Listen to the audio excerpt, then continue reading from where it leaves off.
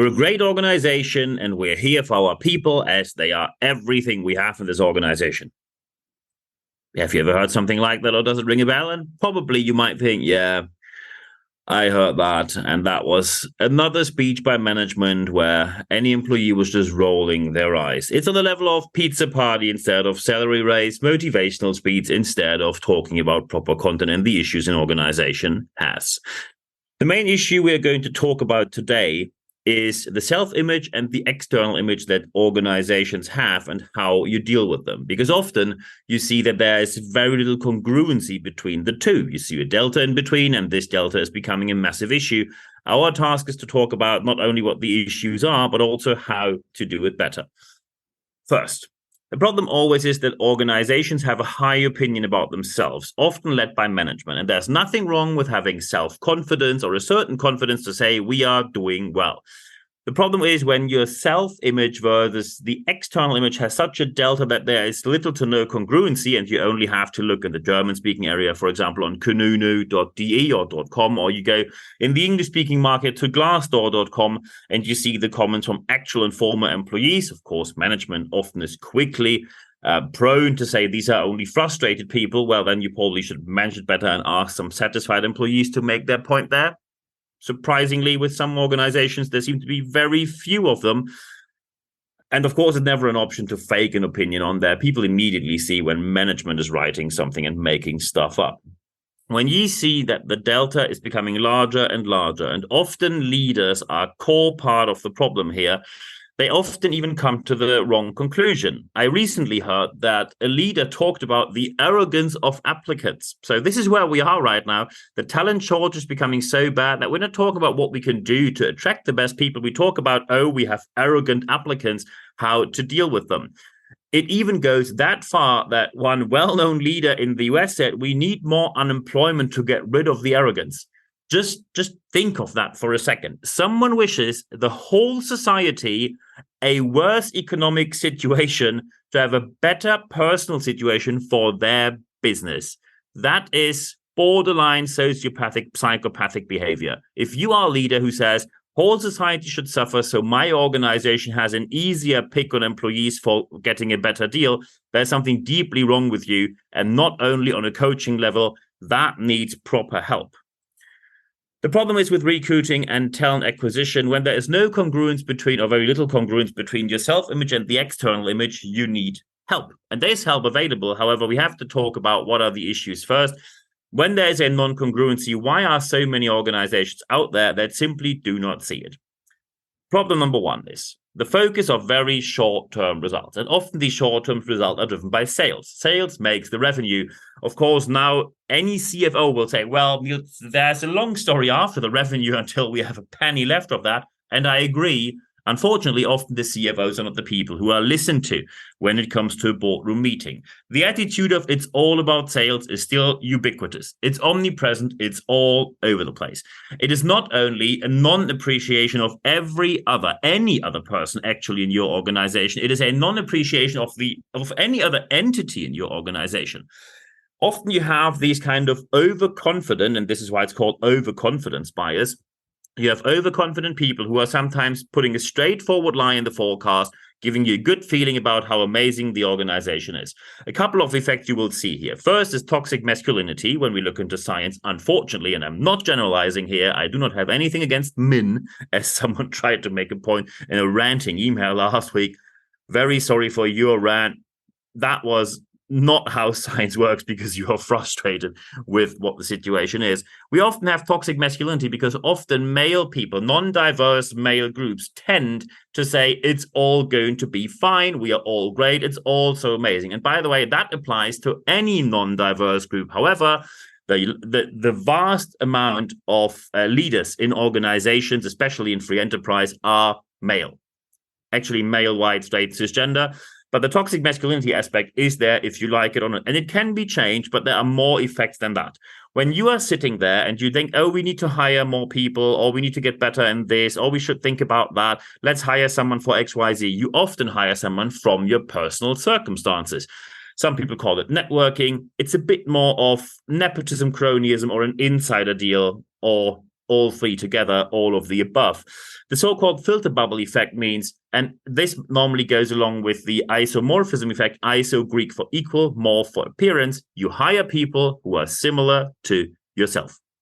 And that means the huge issue here is that you have an issue and then you hire someone who is pretty close to how you are because, oh, they're so likable, I get along with them very well. And these aspects of getting along with them well are not relevant criteria for hiring someone. It's nice to have, but it's not a must-have. Maybe look a bit more into evidence-based competency models to have better hirings. This filter bubble then leads to an echo chamber effect. And the echo chamber effect means you sit together and you confirm each other, and then you wonder, why are people so frustrated?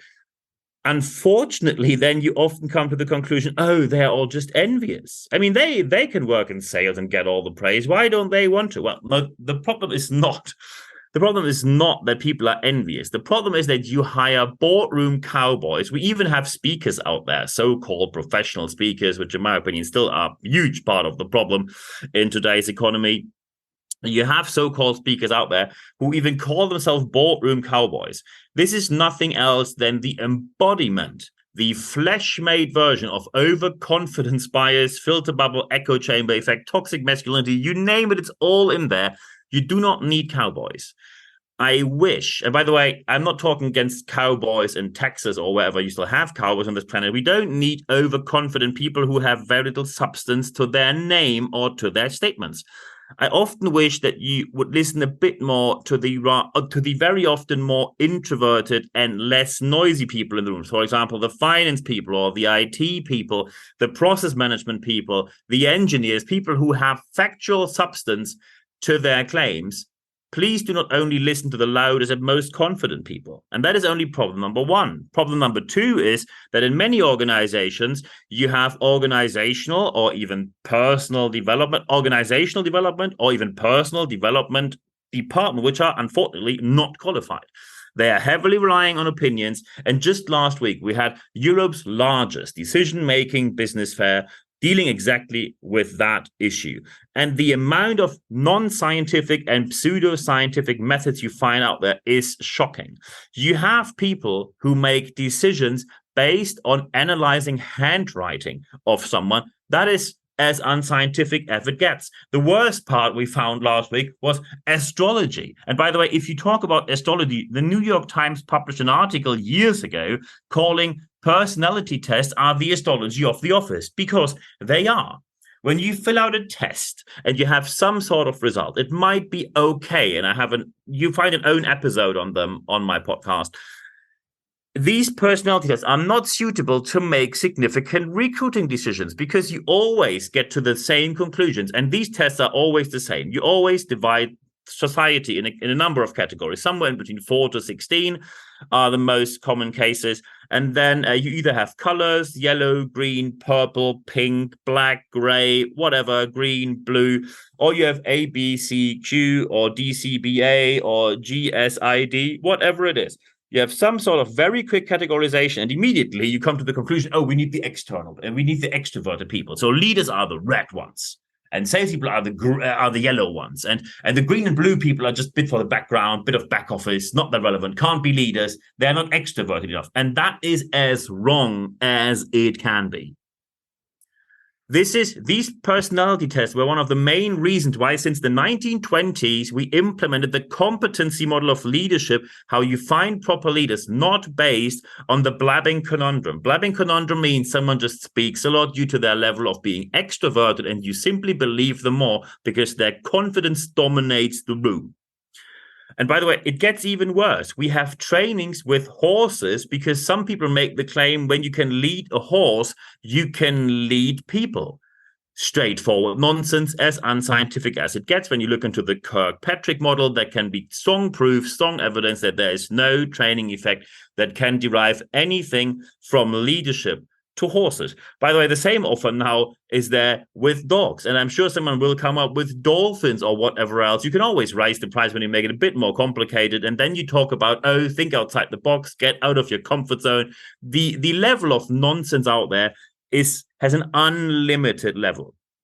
And of course, you have certain events, for example, cooking together, or you go into one of these rope gardens where you're dancing on metal ropes and hold to each other. And then you say, oh, we become such a strong team. At least I have to say, some vendors are honest. Some vendors, you say, you can have an amazing time when you cook together.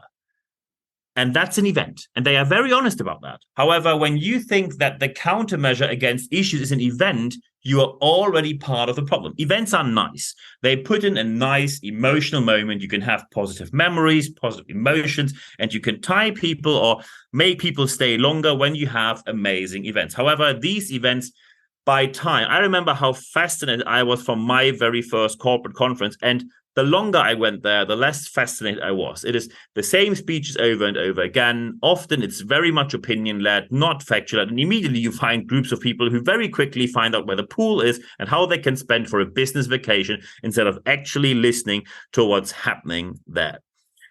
So having an event is not bad, but it's not the solution. When you have no structure when it comes to how to approach the issue, when you have no real will to properly change, and when you focus on events instead of factual and scientifically led results, then you are deeply into problem number 2 that I just mentioned here. So how can we do better?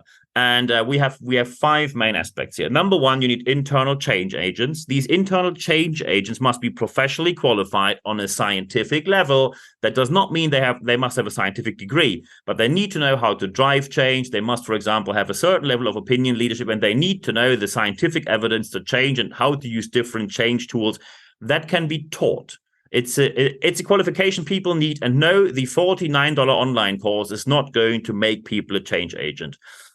Followed by number 2, you most likely will need external guidance. You do not always need external guidance. And I now want to criticize my very own industry. You need certain external guides. However, it's either on a very, very low level. So, for example, a couple of workshops, and then you do it by yourself. Or you can have people who stay for longer. However, the main issue here is never go for so-called dependency creating consultancy. Dependency creating consultancy means you pay for consultant, you pay for month and month and month to come. And as soon as the consultants leave, everything as it was before. So you have to call them back in. The company then successfully made you dependent on their consultants. And there's a whole industry doing nothing else than that, including big names of consultancy who do nothing else than that, sometimes based on just networks and people they know with very little evidence to what these people properly bring to the table. So external guidance, external help, external consultancy training or coaching or speaking or whatever you want to have, interim project management, only do it for a certain level of time. The goal always has to be, they have to create a situation where you are able to do everything you do by yourself. If you're unable to do it by yourself, the external company failed. Self-empowerment must be part of the service delivered. Aspect number 3, you have to make you need to make regular, and I mean frequent, evaluations internally and externally across all processes you have in the organization. And that means from the very senior person that is there for a long time to the applicant who's not even on board yet but has the first interview. Always evaluate your processes by, of course, anonymous evaluations, and then you will see probably there's an issue or there's an issue. By the way, the external person is never the issue or the external situation, because I can tell you that sometimes you will see, oh, we have an issue on operational level somewhere in our storage rooms. And then you very quickly will say, these and these and these people need to change and need to get training, blah, blah, blah, blah, blah. You very quickly step forward and say, we need to do something. But sometimes the evaluations come to the conclusion and say, leaders are the issue here. And then often we see a very different behavior, and people say, yeah, we have a difficult economic situation. So people are frustrated, and that frustration just puts lower scores in the evaluation sheet. So it's not us, it's the external circumstances. Here are the news. It's not. The same rules for development apply to you. Step number 4 is you have to make very clear decisions about these evaluations and what are the steps you implement to make the situation better. And aspect number 5 is facts rule. Please let the ego go. The ego-driven leader is a dying species that fortunately will go extinct in the future. And I can tell you, if you only look into what AI can do already, your ego is not going to sustain. Very quickly, people will find out your ego is not going to bring anything to the table. These days, fortunately, are now over. And there's an amazing phrase you have for that in the English language. It's called personality promotes and ego eliminates your business. And the question is, where on the scale from personality promotes to ego eliminates your business do you want to position your organization? And that's your call. And of course, there's more, because now you might say, hey, I have a couple of questions here, a couple of aspects which I think we should still cover, or I need to talk to you about that. Or maybe you're something very specific saying we need training, speaking, coaching, consultancy, whatever on the matter. Remember what you want to do. Just write me an email, nb@nb-networks.com. You also find the email address in the show notes of this podcast. I'm answering any email at no charge within 24 hours. The second aspect I always recommend is that when you want to talk to me, either live and live sessions, which are now becoming more and more popular, you can see where these sessions are. And of course, you can get access to anything I published at no charge. When you register at expert.nb-networks.com, just put your email address in there. And I put this link also in the show notes of this podcast. You will only receive one email per week on a Wednesday morning. It's 100% content. There's an ad-free guarantee. And the third step, that's the most important one. Apply what you heard in this podcast, because only when you apply what you heard in this podcast, you will see the positive change that you want to have in your organization. I wish you all the best doing so. And if you need any help, just let me know. Available 24/7. And for the rest of this week, there's only one thing left for me to say. Thank you very much for your time.